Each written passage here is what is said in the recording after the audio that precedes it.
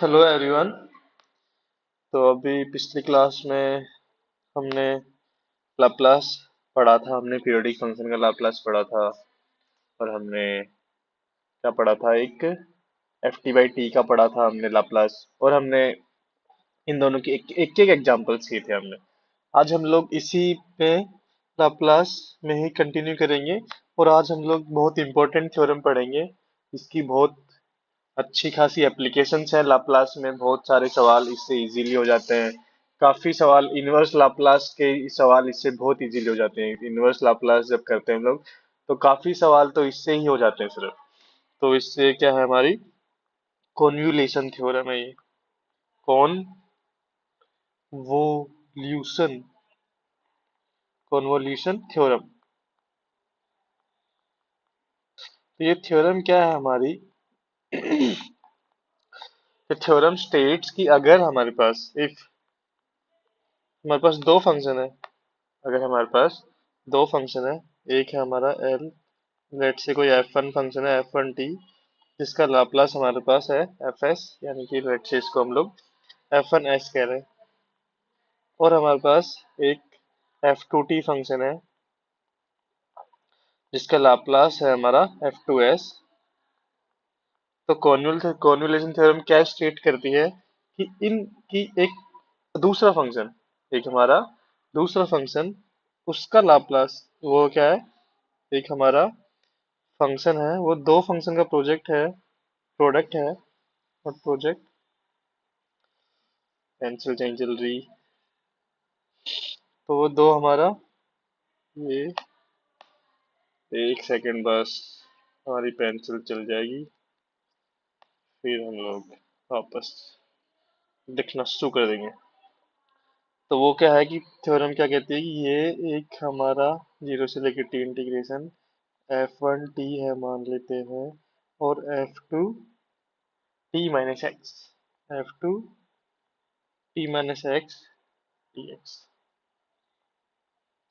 इसका जो लाप्लास होगा, जो एक नया फंक्शन जो f1 f2 का कॉन्जुगेट फंक्शन है, कंपोजिट फंक्शन है, f1 t into f2 t - x, उसका जो लाप्लास होगा, इनके इंटीग्रेशन का जो लाप्लास होगा, इनके जो इंटीग्रेशन का जो लाप्लास होगा, वो हमारा होगा जस्ट f1 के लाप्लास का और f2 के लाप्लास का प्रोडक्ट। सिंपल। ये बहुत ही सिंपल सी थ्योरम है। और ये काफी सवाल हमारे लिए इजी करती है। और इसी को हम लोग अगर हम लोग रिवर्स लिख ले तो L inverse of f1s into f2s equals to integration zero से लेके टी f1, फिर यहाँ पे हमारा f1x है, उसमें हमने t लिख दिया क्योंकि यहाँ पे क्या है f1x। तो f1x f2 t - x dx, ये हमें इससे मिल जाएगा। ठीक है। तो अब हमें इसका प्रूफ देखना है। पहले हमें क्या देखना है, पहले हमें इसका प्रूफ देखना है। फिर हम लोग एक क्वेश्चन करेंगे इसका। तो पहले हम लोग प्रूफ देखते हैं। तो हमें डेफिनेशन पता है कि लाप्लास की डेफिनेशन क्या होती है। तो अगर लाप्लास क्या होता है, अगर किसी फंक्शन का, अगर इसका निकाले हम लोग जीरो से लेके टी तक का, इसका हम लोग लाप्लास निकाला जीरो से लेके T, f1x f2 t - x dx, इसका मैं लाप्लास लिखूं तो बाय डेफिनेशन हमें पता है जीरो से लेके इंफिनिटी e की पावर -st। और हमारा फंक्शन फंक्शन क्या है हमारा, इंटीग्रेशन जीरो से लेके t f1x f2 t - x dx। और इस पूरे का क्या है हमारा dt। तो ये है हमारा इसका लाप्लास, हम लोग लिख सकते हैं। और जहाँ पे हमारा जो डबल इंटीग्रेशन है, ये जो डबल इंटीग्रेशन है, ये हमारा फर्स्ट क्वाड्रेंट के अंदर होगा, दो लाइन के बीच में जो डबल इंटीग्रेशन है, ये होगा, बात करता हूँ मैं, तो ये होगा हमारा ये फर्स्ट कोऑर्डिनेट, ये x है, ये t है, ये हमारी लाइन है x इक्वल्स टू, ये हमारी x इक्वल्स टू t की लाइन है। तो जो डबल इंटीग्रेशन है ये इस फर्स्ट कोऑर्डिनेट के अंदर होगा जो इसमें लाई करेगा, x इक्वल टू 0 और x इक्वल टू t के बीच में ये हमारा इस फर्स्ट कोऑर्डिनेट के अंदर हम इसका डबल इंटीग्रेट कर रहे हैं according to the question statement theorem. इसके अंदर इसका इंटीग्रेशन हो रहा है x इक्वल टू 0 और x इक्वल टू t वाली लाइन के बीच में। तो इसमें क्या कर रहे हैं हम लोग, इसमें पहले तो हम लोग क्या कर रहे हैं, पहले तो हम लोग हम लोग इसमें क्या कर रहे हैं, पहले हम लोग इसको कर रहे हैं integrate with respect to x. अगर पहले हम क्या कर रहे हैं, इसको इंटीग्रेट कर रहे हैं विद रिस्पेक्ट टू एक्स, और एक्स की लिमिट कहाँ से कहाँ तक है, एक्स इक्वल टू 0 से लेके एक्स इक्वल्स टू टी तक। फिर हम लोग इसको, उसके बाद हम लोग इसको क्या कर रहे हैं, इंटीग्रेट कर रहे हैं विद रिस्पेक्ट टू टी में। इसके बाद हम लोग क्या कर रहे हैं, इसको integrate with respect to T कर रहे हैं। और टी की लिमिट्स क्या है, टी की लिमिट है हमारी टी इक्वल टू 0 से लेके टी इक्वल्स टू इन्फिनिटी तक। यस जा रहा हमारा, इसकी बात करें हम लोग तो ये है हमारी, एक सेकेंड बस ना, ये हमारी लाइन है x इक्वल टू टी की लाइन है, ये x है, ये x इक्वल्स टू टी की लाइन है, ये हमारी t है। तो यहाँ पे इस वाली लाइन पे हमारा x इक्वल टू 0 है, तो x इक्वल टू 0 से लेके कहाँ से कहाँ तक है, x इक्वल टू t तक। ये हमारी कोई x इक्वल टू 0 से लेके t तक, यहाँ पे x इक्वल टू t है। और t इक्वल टू 0 से लेके t इक्वल्स टू 0 से लेके ये ये t इक्वल टू x है, यहाँ पे क्या है t इक्वल टू x, यहाँ पे x इक्वल टू t है ही। और t इक्वल्स टू इन्फिनिटी यहाँ पे आगे जाके कहीं है, ये हमारी है।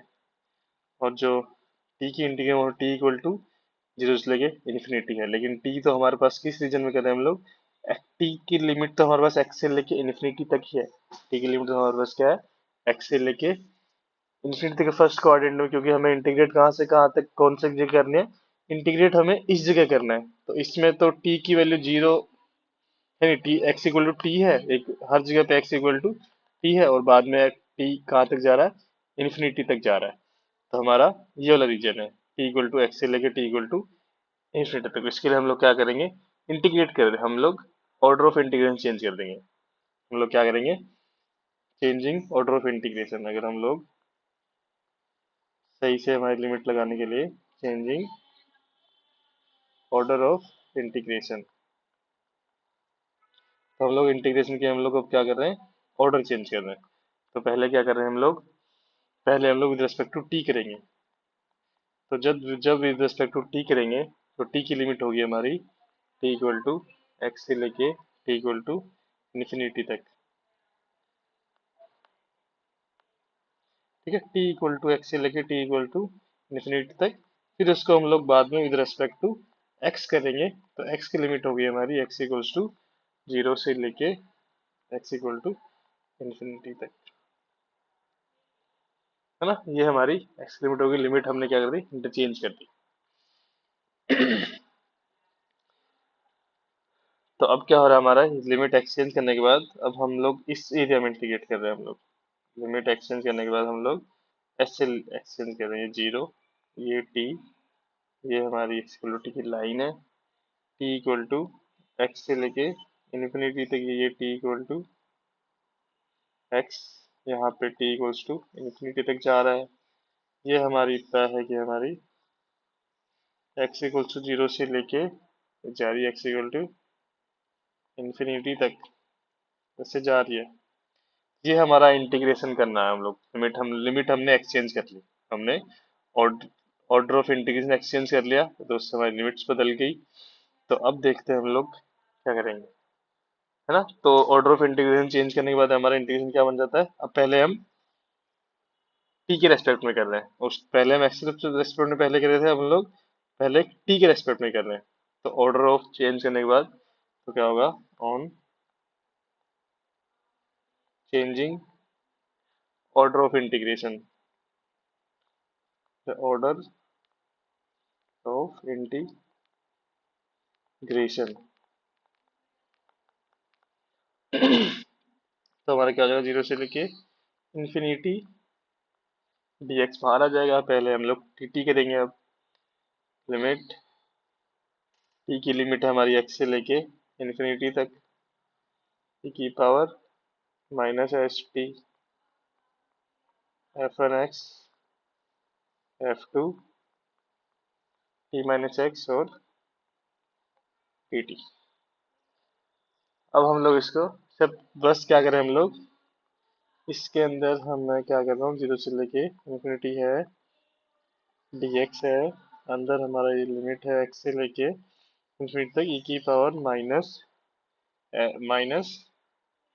एस टी, और टी में क्या करें हम लोग, x जोड़ रहे हैं और x घटा रहे हैं।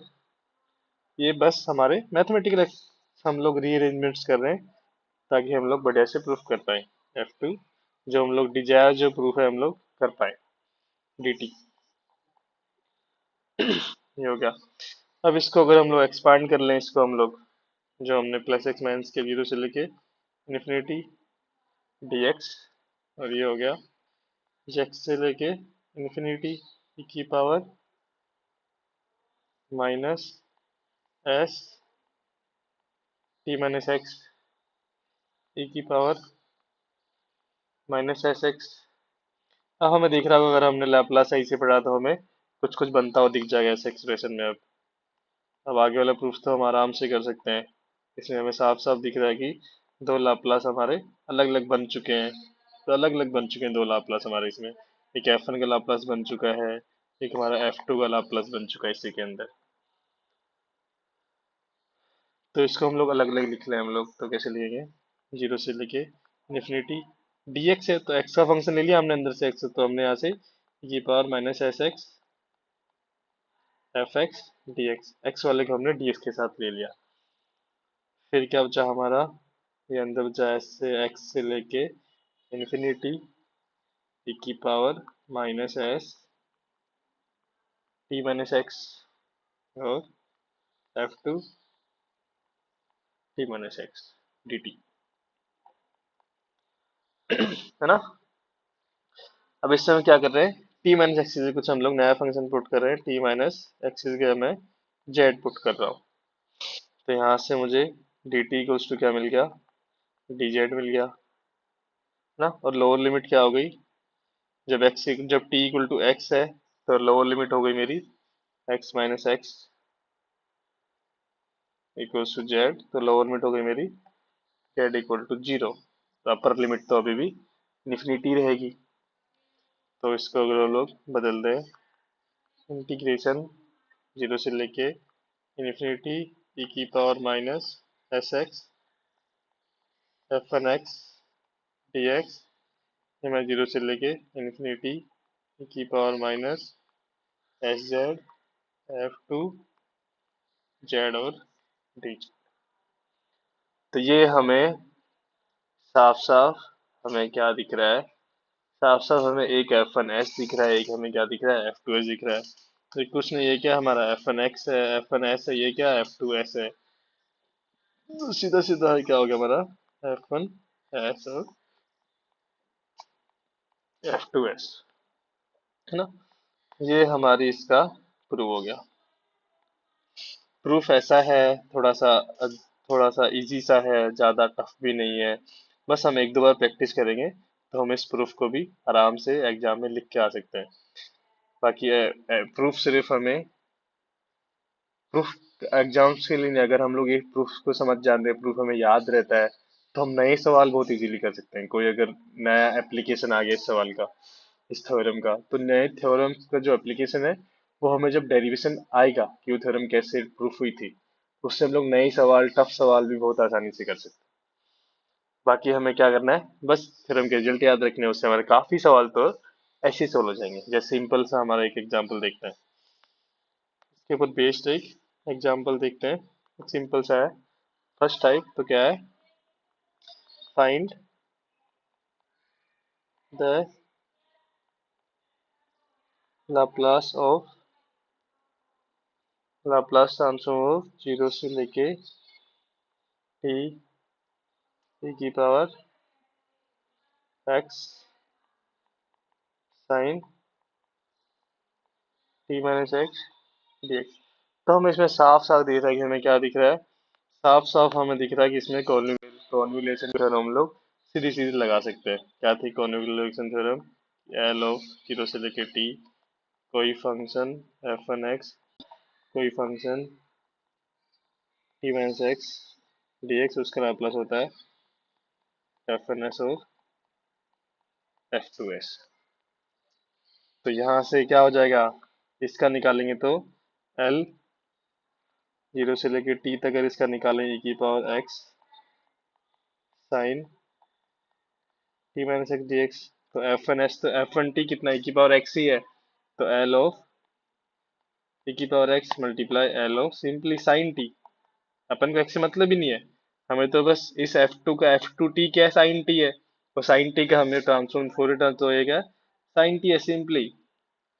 तो ये क्या हो गया हमारा, वन अपॉन ई की बार एक्स का हमें बताया कि one upon S minus one, इसका हमें बताया one upon S square plus one, तो ये हो गया हमारा one upon S minus one S square plus one.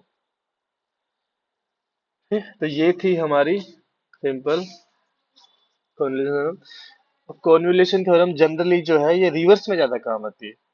Convolution theorem generally inverse Laplace transform में ज्यादा काम आती है, जो कि लाप्लास में उसमें सवाल बहुत इजीली कर देती है। कोई कोई अगर हमारा इन दो, जैसे इसका इनवर्स निकालना है, इसका हमें सिंपली इनवर्स निकालना है, सिंपली इनवर्स इसको अलग अलग कर लिया और इसका एक का एक बार एक्स हो गया, एक का साइन टी हो गया, सिंपली हमारा क्या हो गया, ये हमें इनवर्स निकालने में ज्यादा हेल्प करती है कॉन्वोल्यूशन थ्योरम।